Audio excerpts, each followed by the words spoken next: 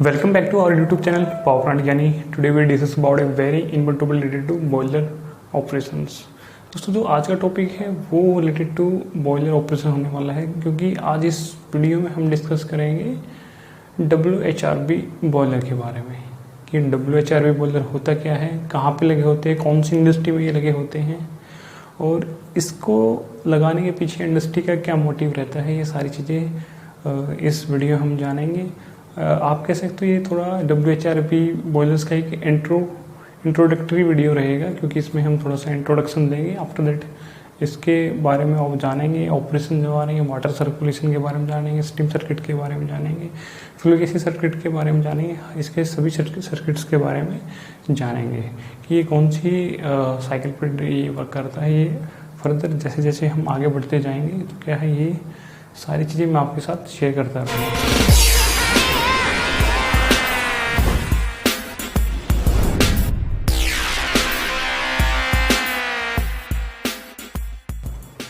तो दोस्तों जैसे ही मैंने आपको पहले ही बता दिया कि ये एक इंट्रोडक्टरी वीडियो रहेगा, तो सबसे पहले मैं आपको बताऊंगा कि WHRB, क्योंकि बहुत सारे जो हमारे बोले फर्स्ट क्लास सेकंड क्लास भाई लोग हैं वो नहीं जान पाते what do mean by WHRB। तो दोस्तों मैंने यहाँ पे लिखा भी हुआ है कि WHRB stands for waste heat recovery boiler. कि दोस्तों जो बॉयलर वेस्ट हीट रिकवरी से चलते हैं, जो सपोज जैसे कि अपना यदि हम पावर प्लांट के बारे में बात करें तो क्या है कि जो हमारा APS के बाद जो फ्लू गैसेज जिस टेम्परेचर की एस्केप आउट होके जाती है, तो क्या है वो एज ए क्या है वेस्ट फ्यूल गैसेज में कंसिडर की जाती है। तो दोस्तों ये तो बॉयलर में जो अपने यदि APS के बाद में देखा जाए तो क्या है 250 या फिर लेस देन 220 के आसपास क्या है जो फ्लू गैसेज है एस्केप आउट होके जा सकती है। तो क्या है ये जो फ्लू गैस टेम्परेचर है वो क्या है डिफरेंट जो इंडस्ट्रीज है जो मैं आपको अब बताने जा रहा हूँ, क्या है उन इंडस्ट्री में क्या है काफ़ी हायर टेम्परेचर की जो वेस्ट फ्यूल गैसेज है वो क्या है वो एस्केप आउट होके चली जाती है, जिसका हम कोई भी यूटिलाइजेशन नहीं करते। तो दोस्तों क्या है कि अभी जैसे जैसे यदि हम बात करें कि 2010 के आसपास की क्या है मैक्सिमम जो इंडस्ट्री है वो वेस्ट हीट बॉयलर एडॉप्ट करने लगी है, क्योंकि उनमें क्या है अपना जो प्रोडक्शन कॉस्ट है उसको मिनिमाइज करना है। तो क्या है इसी इन चीज़ों को मद्देनजर रखते हुए क्या है WHRB बॉयलर क्या है इंडस्ट्री में आया। तो दोस्तों कौन कौन सी इंडस्ट्री है जिसमें क्या है maximum amount of waste fuel gases निकल के जाती है, मैं आपके साथ यहाँ पे बता रहा हूँ। तो सबसे पहले क्या है जो हमारे वेस्ट हीट रिकवरी बॉयलर्स होते हैं उसमें क्या है ये सारी चीज़ें क्या है जो जो इंडस्ट्रीज हैं वो है, जैसे कि मैंने यहाँ पे लिखा है sources of heat in industries, कि भाई जो इंडस्ट्री में जो वेस्ट हीट फ्यूल गैसेज निकलती है उसमें मैक्सिमम कौन कौन सी उसमें निकलती है। तो इसमें जैसे कि ये सीमेंट किलन, जहाँ पे सीमेंट मैन्युफैक्चरिंग होती है वहाँ पे क्या है रोटरी किलन होता है जिसमें क्लिंकराइजेशन फॉर्म होता है। आफ्टर दैट क्या है वो क्लिंकराइजेशन क्या है क्लिंकर कूलर में जाता है। तो क्लिंकर कूलर में जाने के बाद भी क्या है वहाँ पे भी काफ़ी हाई टेम्परेचर की वेस्ट फ्यूल गैसेज निकलती है, क्योंकि आप लोगों को पता है कि 1100 से 1150 पे क्या है जो क्लिंकराइजेशन होता है सीमेंट का वो क्या है वो टेक प्लेस होता है। ऐसे ही दोस्तों क्या है जो स्पॉन्ज आयरन ड्राई किलन्स है उसमें भी क्या है काफ़ी मात्रा में वेस्ट फ्यूल गैसेस निकलती है। कोक ओवन बैटरीज है इनमें भी है, सैनिटरी कूलर है, कोक ड्राई क्विंचिंग प्लांट है, हॉट स्ट्रिप मिल्स है, HSM बोलते हैं जिसको फर्नेस, सल्फ्यूरिक एसिड प्लांट्स होते हैं वहाँ पर भी काफ़ी अमाउंट में वेस्ट हीट फ्यूल गैसेस निकलती है। ये है metallurgical zinc copper leads smelting plants, जहाँ पे भी अपने जिंक कॉपर या फिर LED है जहाँ पे ये बनते हैं, तो क्या है वहाँ पे भी काफ़ी हाई अमाउंट में क्या है वेस्ट फ्यूल गैसेस निकलती है। जैसे कि कई बार क्या है शिप्स के इंजन से वहाँ पे भी इंजन के जो एग्जॉस्ट होते हैं उसमें भी काफ़ी हाई टेम्परेचर फ्यूल गैसेस निकलती है। तो क्या है हम कहीं ना कहीं किसी चीज़ को जैसे कि सपोज दैट हमें फ्यूल को कंबसन एयर को प्यूरेटिंग करना है, इस तरीके से हम फ्यूल गैसेस को हम APH लगा के क्या है हम उसको रिकवर कर लेते हैं, या फिर किसी प्लांट में हम WHRB बॉयलर लगा के क्या है हम अपना फीड वाटर टेम्परेचर इंक्रीज कर लेते हैं। इस तरीके से क्या है काफ़ी मल्टी यूटिलिटीज में क्या है हम WHRB सिस्टम का हम उपयोग करते हैं। तो दोस्तों सबसे पहले मैं कुछ यहाँ पे आपको कुछ ऐसे पॉइंट्स बताऊंगा जिनको आपको लगेगा कि हाँ यार वाकई ही हमें ये WHRB जो टेक्नोलॉजी है वो अडेप्ट करनी चाहिए for recovering the waste heat fuel gases. सबसे पहले क्या है यदि मैं आपको बताऊं कि जो हमारा, मैं बात करूँगा सीमेंट फैक्ट्रीज की, जो हमारा सीमेंट फैक्ट्रीज में जो प्रोडक्शन होता है, प्रोडक्शन मीन्स दैट कि जो हमारा सीमेंट बनता है, तो यदि उसको सीमेंट को बनने में क्या है उसका 40% क्या है हमारी एनर्जी कॉस्ट आती है। कि सपोज दैट हम आपको बता देते हैं कि एक बैग बनाने के लिए हमने 100 रुपये जो क्या है हमारा कॉस्ट आया, तो लेकिन उसमें से जो 40 रुपये क्या है वो हमारा एनर्जी कॉस्ट रहेगा कि उस 100 रुपये की क्या है हमें 40 रुपये तो हमें इलेक्ट्रिसिटी में ही देने पड़े। तो दोस्तों ऐसे ही यदि हम बात करें कि भाई यदि हमें बताया जाए कि यदि हम WHRB बॉयलर नहीं लगाएंगे तो क्या हमारी 30 से 40% जो वेस्ट हीट जनरेट होती है थ्रू द किलन्स क्या है वो हम एम्बियंट में ऐसे ही निकाल देते हैं। तो सो दैट आपको पता होगा कि यदि हम उसको यूटिलाइज करें तो क्या है हम क्या क्या बेनिफिट आपको मैं ले सकते हैं उसका।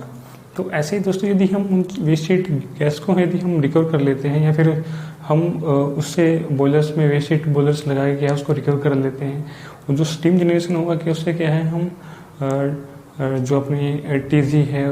उसमें स्टीम डाल के क्या है हम इलेक्ट्रिसिटी प्रोड्यूस कर सकते हैं। तो दोस्तों इसी तरीके से क्या है हम 20 to 30% क्या है जो हमारी एनर्जी कॉस्ट है यदि हम WHRB लगाते हैं, WHRB से हम इलेक्ट्रिसिटी प्रोड्यूस करते हैं, तो क्या है दोस्तों हमारे जो प्लांट को इलेक्ट्रिसिटी कॉस्ट है वो 20 से 30% क्या है रिड्यूस हो जाएगी। तो दोस्तों ऐसा ही है जैसे कि जो हमारा